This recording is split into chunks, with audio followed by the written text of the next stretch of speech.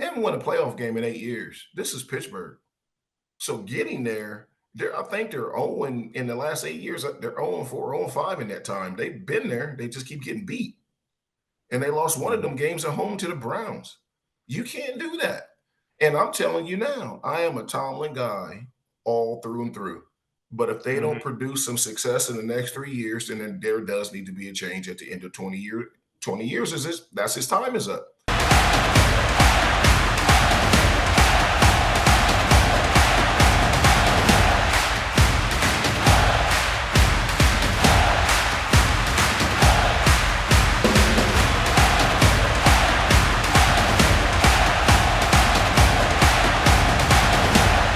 Welcome to Six Rings and Counting. I'm your host, Corey Idle, and joining me, as always, the man, the myth, the legend, Mr. Lou Willard. How we doing today, Dr. Willard?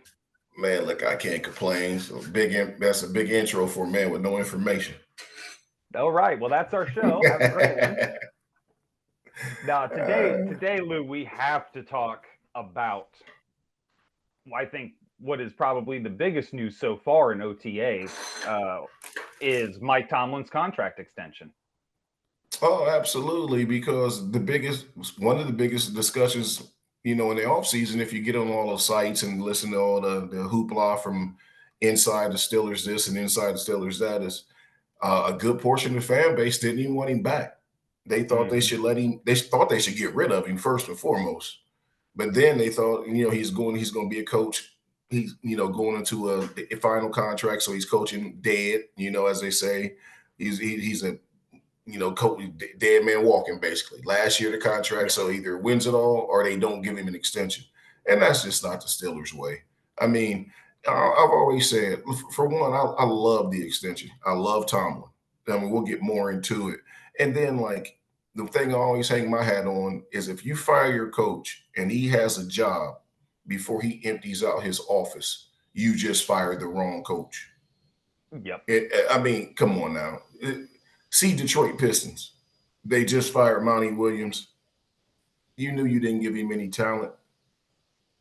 Fired him after 1 year. Now you still got to give him $65 million and he'll have a job before the week is out. Mike Tomlin would have a job before he cleared his office out if he wanted it. Oh, 100%. But I don't mean an assistant job. Yeah, I don't mean an assistant's job. Somebody would have fired their coach and hired him. Here, I guess my first question is this, because you brought it up. The fan base, and we talked about it a lot last year, and you and I were both just, I think flabbergasted might be the right word. We were almost appalled, disgusted with how the fan base was so quickly turning on Mike Tomlin. Even as he was leading this thin roster, this anorexic, bulimic roster to a playoff berth, there were people calling for his head. And to me, and here's my question finally. What happened? Because anybody that's a Steelers fan or knows anything about the Steelers knows that they don't take coaching firing lightly. They've had 3 coaches. Yeah, the 3 coaches in 59 years. And what are we talking about here? They didn't turn on him quick. It was a slow burn. They haven't won a playoff game in 8 years. This is Pittsburgh. So getting there, I think they're 0 in the last 8 years. They're 0-4, 0-5 in that time. They've been there. They just keep getting beat. And they lost one of them games at home to the Browns. You can't do that. And I'm telling you now, I am a Tomlin guy all through and through. But if they don't produce some success in the next 3 years, then there does need to be a change at the end of 20 years. That's his time is up. Now, if they can put together some wins, and I'm talking playoffs, like this whole non-losing season stuff, that's great. I get it. I like it too. Because at least on Sundays, your team always has a chance. You're not rolling out there like the New Orleans Saints where you got a chance this year, you don't, or the Jets or somebody like that, the Giants. It's the Steelers. So just being above 500, baby, that's the precedence your organization set. That's great. That's a great problem to have. Would you rather have the expectations of getting to a conference championship game or just trying to get 6 or 7 wins. There's teams out there this year. Well, if they can just get 7 or 8 wins, that's a great year. 7 or 8 wins may cost Tomlin his job even after a contract extension with this roster that they have now. And to go back to your initial question too, as to why people turn on him fast, it's a slow burn, like I said. And then they know Mike Tomlin has had a lot of say in who he's bringing in. So if the roster was thin, whose fault is that? He got to own some of that too. There you go. Because guess what? If they win, he's going to take credit for this roster, right along with Omar Khan. So he and Kevin Colbert have to have to own that roster that they put out there. They have to own that. His biggest failure was not having a backup plan at quarterback. Right. Arguably, he will go down as his biggest success is fixing it quick. They only let it go 2 years. Did it even go 2? Yeah. I mean, maybe 2 years, 1 year, 2 years, and it's fixed. Oh, look, they if Russell Wilson work out, Justin Fields will work out. So they fixed it quick. And if those guys go in there and get him a Super Bowl, either one of them, get him a Super Bowl or 2, no one will ever remember the fact that he didn't have a plan in place when Ben left the first time. Right. And then he'll retire on top. He will walk out with a Super Bowl. Because it's going to be interesting. So I think a lot of times when coaches, we'll take Bill Belichick, for example. He's the most recent and most tenured coach before Tomlin, or was. Bill lost the locker room. Yeah. Mike has never seemed to lose his locker room. Is that a lot what keeps him? I mean, obviously his record, his personality, his relationship with the Rooneys, but his players show up. And not only his players, he has guys that want to play for him, which is something Bill really never had. Yeah, you had Micah Parsons come out and say if he ever left Dallas, he want to go play at Pittsburgh. Part of that, he played at Penn State. I get it. The other part is Mike Tomlin's there. But that and 15 cents doesn't get you a cup of coffee. You got to win. This is Pittsburgh. You have to win in the playoffs. If he gets to if he gets to the AFC Championship game this year and loses, there will still be people wanting fired. They will still want him fired. Well, let me clarify this then. Let me clarify my question then. How important is it for a head coach to still own that locker room after 18 years? This will be his 18th year in Pittsburgh. Is that vital, or is after 18 years, you know what the guy's going to do? Most of these guys are veterans. Is it that big of a deal? No. Oh my God, it's a huge deal. Look, that's what ultimately cost Bill his job. He couldn't connect with the players any longer. So from what I understand, is when Mr. Kraft went to talk to him about relinquishing some of his power, he didn't want to do it. Nor would I, nor would anybody I know. Why would you give it back? You can always walk away like he did, and that's what he did. He walked away respectfully without them having to, announce that they just fired him. They came to a mutual agreement that it was over. But he couldn't connect to the players anymore. Mike Tomlin still can. What if you think back? Why did Tom Coughlin have to quit coaching?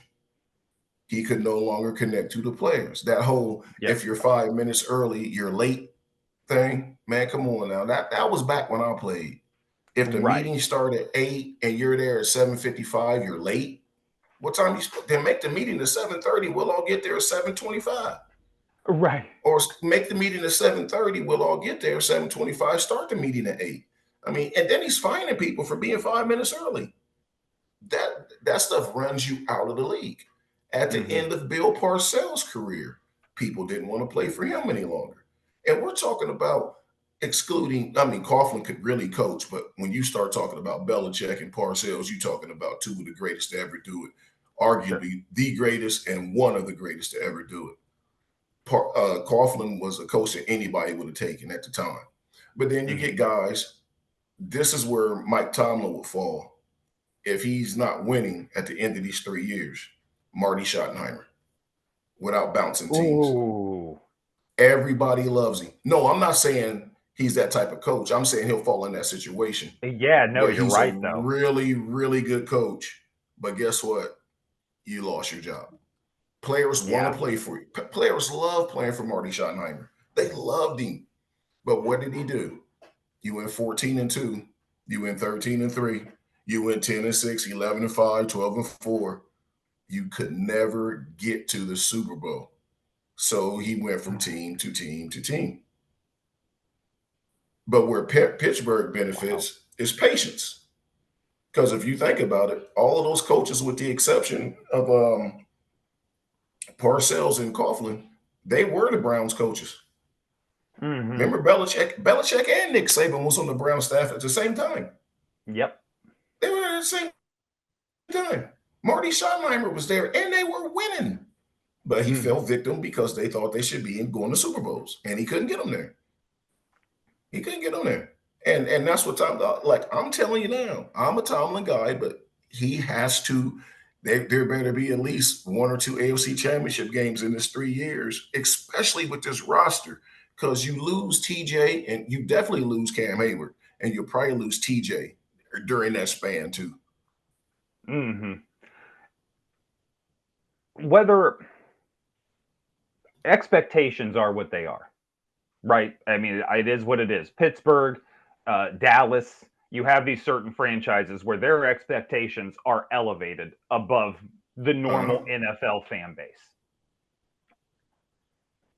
How realistic is it, though, in this NFL, in this division, and against Kansas City?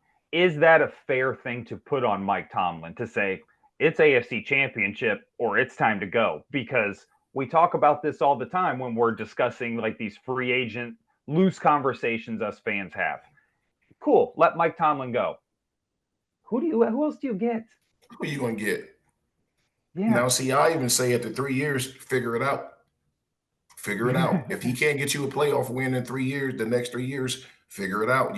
Because guess what? What the next guy gonna do? Not get you a playoff win? Right. The same thing. The situation here is, as Pittsburgh fans, and being one since I was three, that's 47 years. I know the next guy that hires is going to get at least 15 years. That's what Cowher had before he walked away, Yeah. or he'd have still been there. Right. We'd have never got Tomlin if Cowher didn't leave. Unfortunately, he has some personal family issues, and sadly, his wife did end up passing. But that was one of the reasons that forced him out of the game. And it Mm-hmm. helps when you win Super Bowl. You know what I mean? But I'm telling you, they got to win. Is it realistic? That as high as the expectation is now, no, it's not realistic. But is it, being an Ohio State fan, having played for Ohio State, is it realistic to just think they should win the national title every year? That's not realistic, but that's why fan is short for fanatic.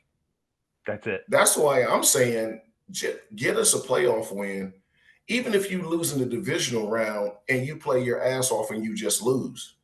Okay, I Mm-hmm. mean, no one's leaving happy, but we showed up and showed out. We just got beat. Because this Right. AFC, if anyone can go back to a time since football began that the AFC top to bottom has been this good, I like them to show me. There's 16 teams in the AFC. There's 10 that could go to the Super Bowl. Mm-hmm. Legitimately 10. And Pittsburgh plays in the division with three of them. There's only four Yeah. teams in the division, Pittsburgh being the fourth. There's four right there. Kansas City, 5. Buffalo, 6. Aaron Rodgers don't get hurt. The Jets are 7. I mean, there's 7 right out the gate. And don't count out Jim Harbaugh in the Chargers. Mm-hmm. I'm not saying that they can, so maybe I'm a little high with the number of 10, but there's teams you don't want to play. I named you 7 just real quick, bow, and didn't even bring up the Dolphins. The Dolphins are 8. I Mm-hmm. mean, if I sit here and just keep thinking about it, I'll get you the other 2. But there's 10 legit teams in the AFC that can go to the Super Bowl. And the Chargers, I wasn't counting them. I wasn't counting the Chargers. Just No. I didn't count the Texans. I didn't say the Texans. This Who this are also this Super Bowl or conference bust this is year. this conference is brutal, It brutal. is. So, but look, we ain't the only one got to play them. and we got the best coach. I mean, arguably, between Andy Reid and I love John Harbaugh as a coach. Hate the Ravens, but love Harbaugh as a coach. Man can coach some football now. He can coach tackle football. But I'm telling you, so the expectations are what they are. They're not changing. No one's accepting 5-12. I mean, come on. You want to No, do that? no, Go no, root no. for the Falcons. If that's okay, go be a Falcons fan. We're not here for participation trophies in Pittsburgh. They're here for championships, division, conference, and Super Bowls. Period. Now, we said we were excited about this contract extension, and we have taken most of the show up telling Mike he needs to get it done. So, Yeah. with that, let's celebrate the man a little bit. In 17 seasons, Tomlin has led us to 7 AFC North titles, most recently in 2020, so 4 years ago. 11 playoff berths. Obviously, we talked about that last year. 2 Super Bowl titles. On top of that, he's got a 173-102 regular season record, which is a 63% winning percentage. Which is crazy. Dude, you can't do this in the modern NFL. So all of this stuff where we're talking about all the expectations and are they realistic and how hard the division is and this happening and that happening. Dude, this guy has proven he is the man that can get it done and lead us into battle through this incredibly difficult division. Yeah, and it's going to be even more chaotic with Hard Knocks taking over the AFC North in December. Mm-hmm. All 4 teams go on Hard Knocks December 3rd. That's going to be a whole look. For me, as a fan, I love it. As a player, I'd hate it. Yep. I mean, because that starts the week before 2 weeks before Pittsburgh plays 3 games in 10 days. Now you got to deal with Hard Knocks too. How big of a distraction is that? I mean, for those that don't know, Lou played at Ohio State, played running back at Ohio State back in the 90s, back when running back was the position. Damn the quarterback. If you were a running back, you were it. You were the number 1 draft pick. That's it. Number 1 draft pick. Lou can uniquely speak to the distraction that comes with all of this outside noise, which lends the question, how big of a distraction is something like Hard Knocks? It all depends. Now, this is where your coach comes in. Mm-hmm. And again, Tomlin, Harbaugh, they're going to be fine. Stefanski's going to be fine. And Cleveland's already dealt with Hard Knocks. They dealt with it in the preseason. Then the Bengals. This is where Zach Taylor's going to find out. I'm not worried about Pittsburgh with it at all. I'm not worried about the Ravens with it at all. I hope it distract them, but it won't because of Harbaugh. He won't let it happen. Pittsburgh will not be distracted. And then you have to have a mature team. If you have a really, really young team, it could be a distraction. It's cameras everywhere. You know how it is. I've never watched a regular Hard Knocks thing because why? Like I know what it looks like, so it just never interests me. But in that one, they take a guy that has a long shot to make the team, following around with a camera. He usually ends up getting cut. I mean, some people want to watch that. I don't want to watch the man lose his job. That doesn't do anything for me. This was going to be unique in the fact that, number one, it's never been done during the season. It's all 4 teams in the division, and every one of these teams should be fighting for the division title and a playoff spot. I mean, all 4 should still be in the playoff hunt December 3rd. If it's not, it's because somebody got hurt on somebody's team, and you just hope it's not you. But the stability of your organization is huge when it comes to a situation like Hard Knocks, because you have to let them in. You have to give them so much access. You can only say no so much because the league agreed to it. The league, and that means your owner agreed to it. So when Mr. Rooney call and say they're coming in, guess what they're doing? They're getting the key. They're getting the key card to the door. That's the bottom line, and you got to follow the rules. So Pittsburgh is not they've gotten younger. Like they're saying, Troy's going to go to right tackle. They are starting to say that now. He's going to start at right tackle. Jones will move to left. I'm starting to hear that come out of camp. Come out of the mini camps. But so they'll be young, but they got enough old veterans. Watt, Hayward, Minka. Russell Wilson. Mm-hmm. That's where it becomes, those guys can tell the younger guys, we can't let this distract us. We got one senior to go. Mike Tomlin gonna spit out a few phrases that they could print out and frame and sell for money, and they'll be ready to go. Put like this, it won't be used as an excuse. Right. Anybody else want to use that as an excuse? I can tell you who won't. It will. Pittsburgh will not use it as an excuse. They will win or they will lose, and it will not be because of hard knocks. I think wrapping up, I got two quick things for you.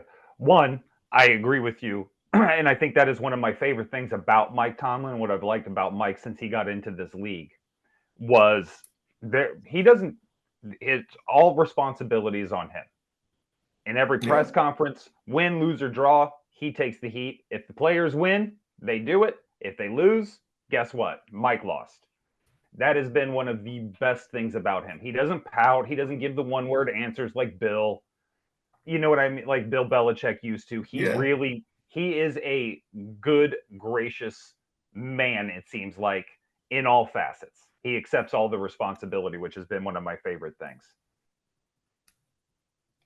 Yeah, I mean, he really does. He'll tell you right now. I mean, we need to coach better right out the gate, or we need to play better. We need to do some things better. We didn't have. We got to get them better prepared to play.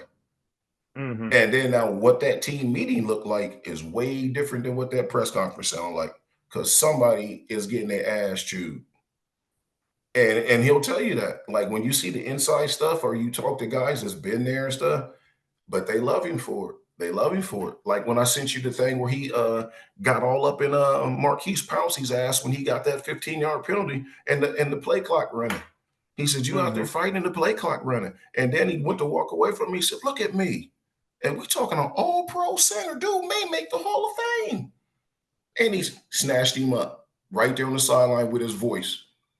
With his voice snatched him up. "Look at me." And the man loved him to death. To this day, love Yep. him to death. It's respect.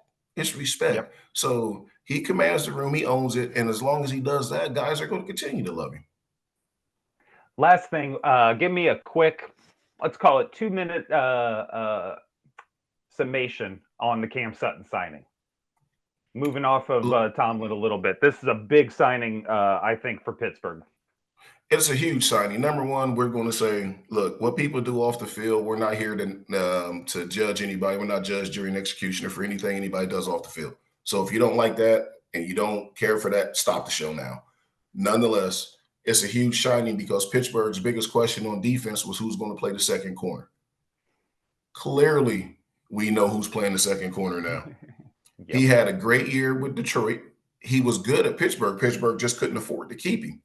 Well, now they got him back on a 1-year deal. It's a prove it deal. So prove you can, number one, stay out of trouble like you did when you were in Pittsburgh. He's got a lot to own up to and make up for in his personal life. But again, that's his personal life. But him coming to back to where he's comfortable at, hopefully his head is right. And if it is, and he plays like he was playing when he left to sign that big contract at Detroit, Pittsburgh arguably has two of the best starting corners in the league. I mean, their defensive corners are up there with Cleveland now. They're up there with Cleveland, the Jets, because Sauce Gardner's so good, so good. Oh. He's so good. He makes the other corner be good just because he's standing across from him. But I think JPJ can be that type of corner that Sauce Gardner is. He won't be as handsy this year as he was last year. But you put Cam on him now, JPJ doesn't have to run with the number one receiver every game, all game. Remember a couple shows ago, we were talking about, he said he's the best corner in the league. And well, I'm like, you're going to find out because you got Chase and Higgins. Now, man, we got Chase and Higgins on a lot. We got them boys on a lot. Who wants some? Who wants some? We got them boys on a lot. Got them on lock. We're going to put them on watch. That's what they call it in basketball. Put you on watch. When you don't score, put you on watch. But no, it's a great signing. He knows the defense. He knows the defense. He's coming in ready. It's a fast learning curve. And it just completely with the trade for the kid Deshaun out of Carolina. Elliott. Yeah, Elliott. Now he can slide into the slot. Man, it just completely solidifies that defensive backfield. I mean, it's going to be huge for the defense. There you go. You heard it here first. Historic defense. You're on notice, Ravens. Oh, I'm sorry. You're on watch, Ravens. You're on watch, Bears. Your historic defenses are nothing. Pittsburgh's coming. Lou said it. Steel curtains back. For Lou Willard, I'm Corey Idle. This is Six Rings and Counting. We'll see you next time.